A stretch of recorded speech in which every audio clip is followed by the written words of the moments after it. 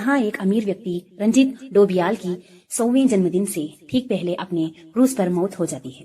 उनकी कंपनी के board of directors, जिनमें उनका बेटा देव भी शामिल है, वो लोग इस खबर को बाहर नहीं आने देते। रंजीत की वसीयत एक होलोग्राम फिल्म में थी, जिसमें उन्होंने अपनी सारी दौलत अपने पहले बेटे जॉली को देने की बात कही थी, जो कई साल पहले घर छोड़कर चला गया था और अपने पिता के जन्मदिन पर वापस आने वाला था।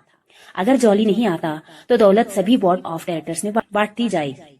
जन्मदिन वाले दिन 3 अलग अलग लोग, जलालुद्दीन, जलभूषण और जूलियस, अपनी अपनी पत्नियों के साथ आते हैं और खुद को जॉली बताते हैं। तीनों के पास जॉली की पहचान के निशान थे। सच्चाई का पता लगाने के लिए देव डीएनए टेस्ट करवाता है।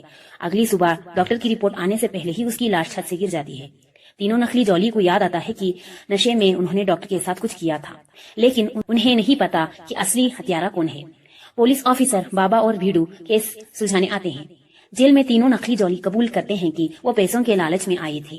जूलियस एक प्राइवेट डिटेक्टिव था, जिसे जॉली को खोजने का काम मिला था, लेकिन उसने खुद ही जॉली बनने का फैसला किया और अपनी नकली पत्नी कांची को साथ लिया। कांची असल में जलालुद्दीन की गर्लफ्रेंड थी, जिसने यह राज उसे बताया। जलालुद्दीन ने भी जॉली बनने का फैसला किया और अपनी नकली पत्नी जारा को लिया। जारा असल में जलभूषण की गर्लफ्रेंड थी, जिसने उसे भी यह राज बताया और उसने भी जॉली बनने का फैसला किया और अपनी नकली पत्नी शशला को साथ लिया। तीनों नकली जॉली और उनकी पत्नियां डीएनए सैंपल नष्ट करते हैं। वे रंजीत की लाश को ठिकाने लगाने की कोशिश करते हैं, लेकिन गलती से बोर्ड ऑफ डायरेक्टर बेदी की लाश को रंजीत की लाश समझकर फेंकने जाते हैं। पुलिस को शक होता है और वो उन्हें दोबारा जेल में डाल देता है। जांच के बाद बाबा और भीड़ू को पता चलता है कि असली किलर देव था। देव ने डॉक्टर को इसलिए मारा क्योंकि उसने उसे ब्लड सैंपल बदलते हुए देख लिया था। उसने बेदी को भी मारा क्योंकि उसने देव को डॉक्टर की लाश के पास देख लिया था। देव के जूते में सीसीटीवी चिप मिली। उसके सिगार बेदी के कमरे में मिले, जिससे वह पकड़ा गया। लेकिन कहानी में एक और मोड़ आता है। जूलियस को डॉक्टर के हत्या स्थल पर एक डायमंड मिलता है, जो शिप के वीआईपी ब्रेसलेट का हिस्सा था। उसे पता चलता है कि कैप्टन समीर के ब्रेसलेट से एक डायमंड गायब है। जब जूलियस कैप्टन समीर को पुलिस के हवाले करता है तो अचानक लाइट चली जाती है और कैप्टन की भी मौत हो जाती है।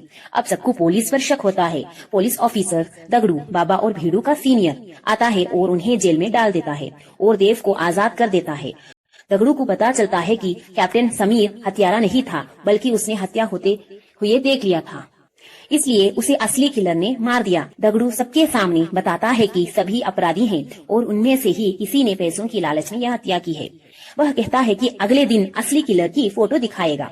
आधी रात को देव दगड़ू को मारने आता है, यह मानते हुए कि वह असली किलर की फोटो दिखाएगा, लेकिन दगड़ू जिंदा बच जाता है और खुलासा करता है कि देव एक पुतला था और उसे पता था कि देव एक पार्टनर के साथ काम कर रहा है।